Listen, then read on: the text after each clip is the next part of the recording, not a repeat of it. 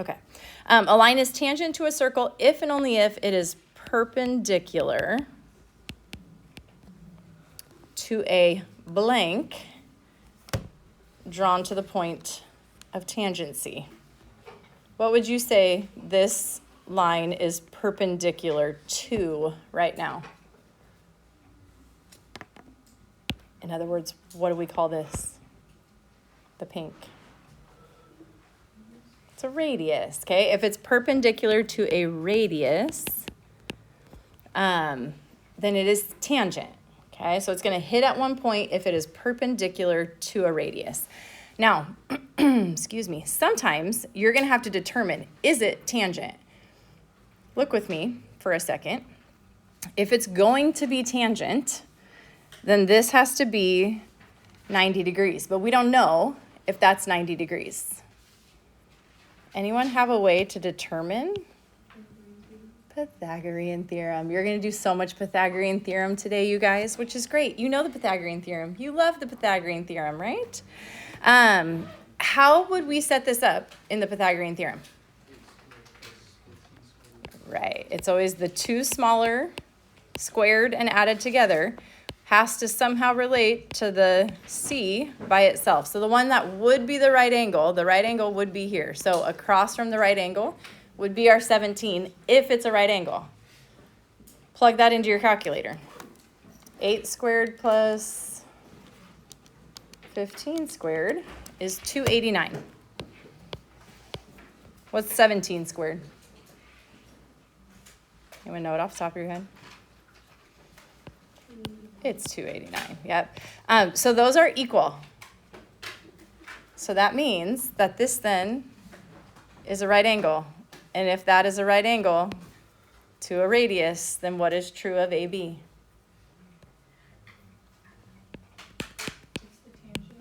AB is tangent to the circle. Okay, so that's what they want to know here. Is it tangent? The way you check if it's tangent is using the Pythagorean theorem, because if it's a right angle, it's tangent. Okay, so Pythagorean theorem will tell us if it's a right angle or not. Look at number 2. This one's a little bit different. Anyone see what we are supposed to see here? What is your potential hypotenuse? We don't know if it's a right angle, right? The right angle should be here if it's going to be a right angle. We don't know. Can anyone tell me the length of this side?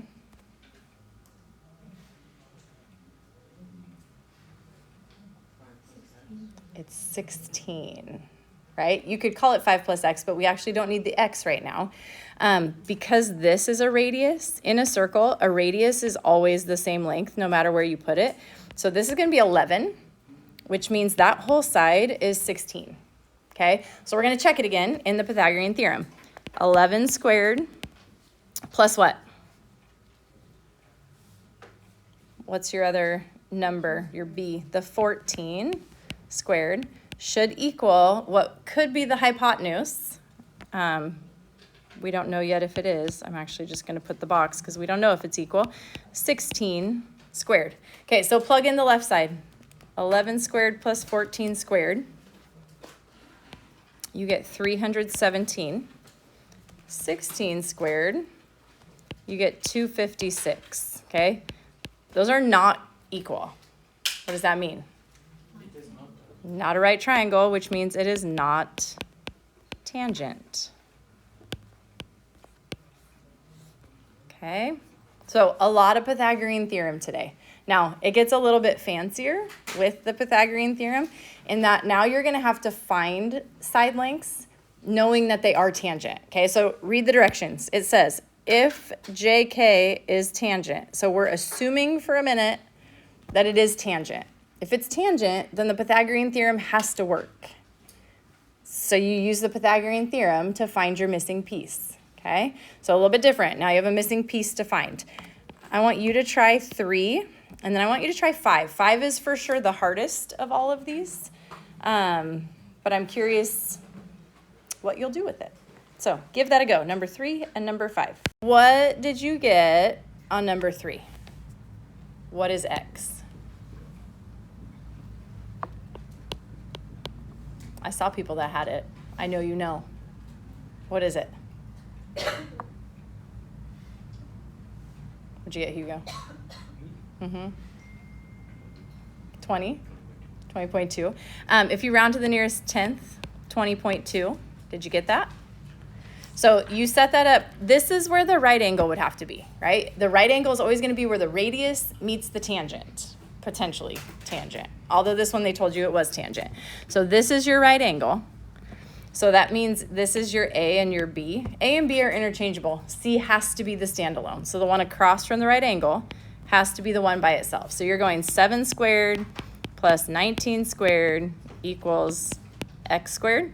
And then just simplify that. What is that? 410 equals x squared.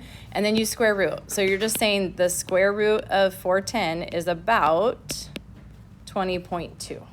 Okay, so you're doing the Pythagorean theorem, but solving for a missing piece.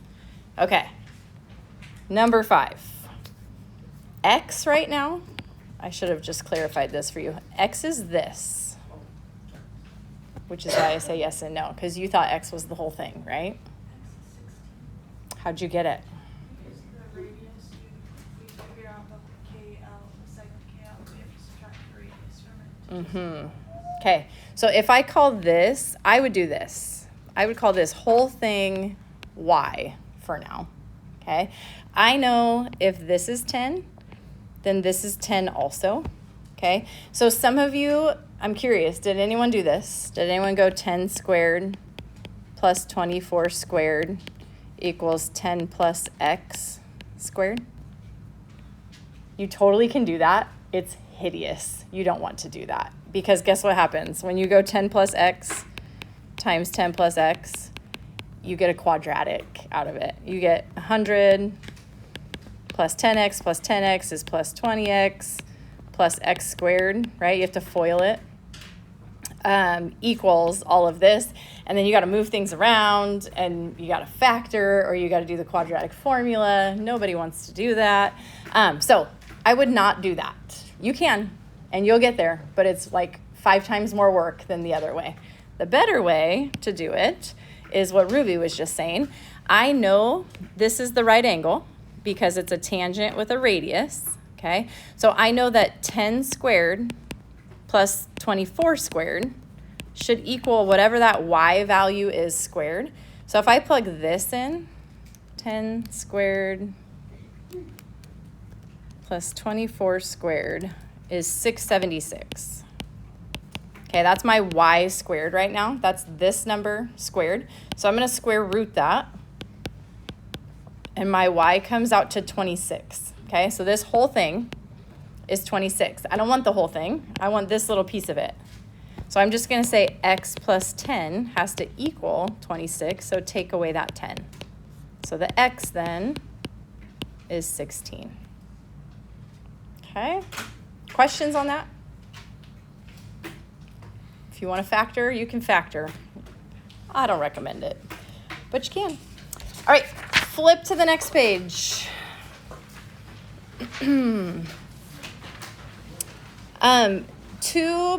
One concept, but 2 different ways of seeing this one concept here. If you have a tangent line, okay, and actually 2 tangent lines. So AB is tangent, right? Here's a point of tangency. BC is tangent. Here's a point of tangency. When they meet outside the circle at a point like this, okay, the distance to the circle has to be the same.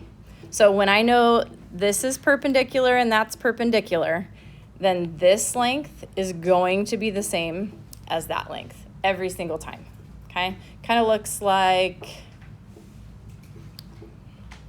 an ice cream cone a little bit. Yeah, this is your ice cream on top of your cone. See the cone? Right now it looks like a mouse. Do you see the mouse? It's like a mouse from the top. Those are his whiskers and his cute little nose. Okay, anyway, so when this happens, those will be congruent. That means if I go fancier than that and I do a bunch of tangents, so point of tangency, point of tangency, point of tangency, what is CE congruent to?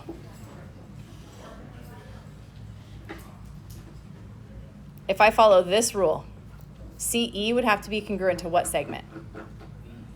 No, but a lot of people want to make it be E. If they meet at a point outside the circle, then the distance to the circle is the same. What segment? FC. Okay, so those are the same, which means AD is congruent to what? AF. And then BD is congruent to BE. Okay, now I'm so glad you said what you said. Every year I have people tell me that this is congruent to that. And they kind of look congruent in this problem. They're not. They don't have to be. They could be, but they don't have to be. What has to be congruent are the two that meet at the point. So make the cone, okay? Make an ice cream cone. The two sides of your ice cream cone have to be the same. Cool? Okay. So let's take a look at this. We'll do this one because it's finding a little bit more. This one says find PQ. So we're looking for how long is this. What are you going to do? You're going to set them equal because this has to be the same as that. So 14x minus 13 has to equal 8x plus 5. So take away your 8x and add your 13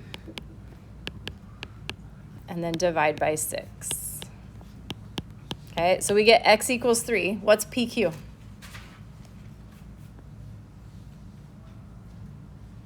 Plug that in, right? 14 times 3 minus 13, which is 29. Okay, so the length of PQ is 29. Questions on that?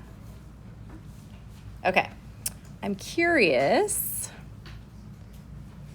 if you can do this one. Find the perimeter of triangle DEF. See if you can find that perimeter. And if you get number 13, move on to number 14. 14 is a little harder. See if you can do them both, 13 and 14. I see so many little mistakes show up because people rush and they just don't think about what they're doing. This length right here, does that correspond to HE or IF? HE, okay? When they meet at a point outside the circle, the distance is the same. Make it a cone, okay? You want the sides of your cone to be the same or your ice cream's gonna fall out. So 16 and 16, which makes this side what? 9.5, which makes this side over here 11. I usually write it like this, so double the 11 plus double the 16 plus double the 9.5, but you don't have to write it as doubling. You could just say 9.5 plus 9.5 plus 16 plus 16 plus 11 plus 11, and it comes out to 73. Okay. How many of you finished 14 already? Anybody? 3, 4 of you? Okay, I'm gonna give you a little bit more time on number 14. 14 is more difficult, I would say. But you just got to stop and think about what do I know and where does that lead me and keep working your way around, okay? See if you can figure that out.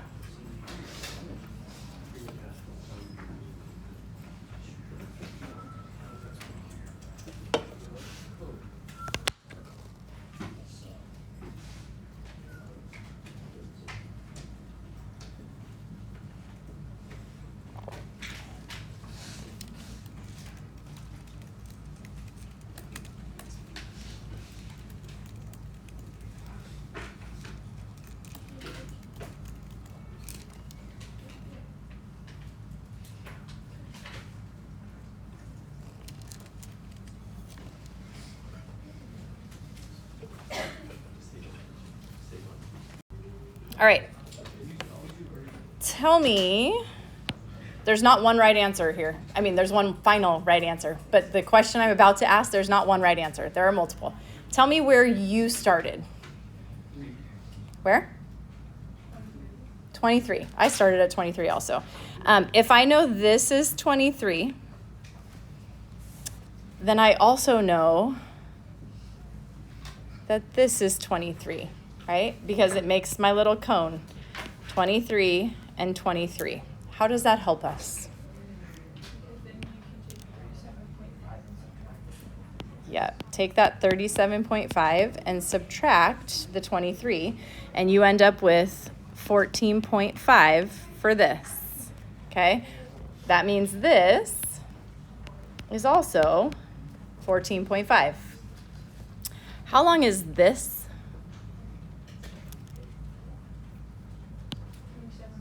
27.1. It's the same as this one, right? So wherever they meet at a point outside the circle, those two distances should be the same. So 27.1 right there. So you're going to go 52.5 minus 27.1. And that's going to give you this guy, which came out to 25.4. So then this one is also 25.4. Now, here's another place that I see a lot of silly mistakes. Don't use numbers twice, right? Think about, what do I have? What do I know?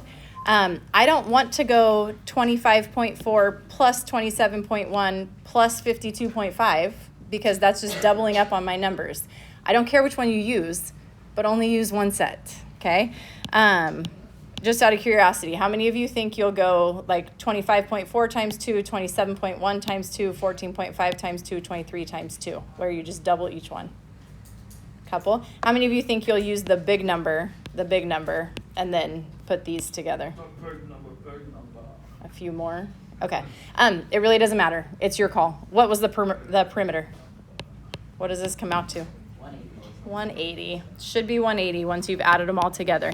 So your options are this. You can go double 14.5 plus double 23 plus double 25.4 plus double 27.1.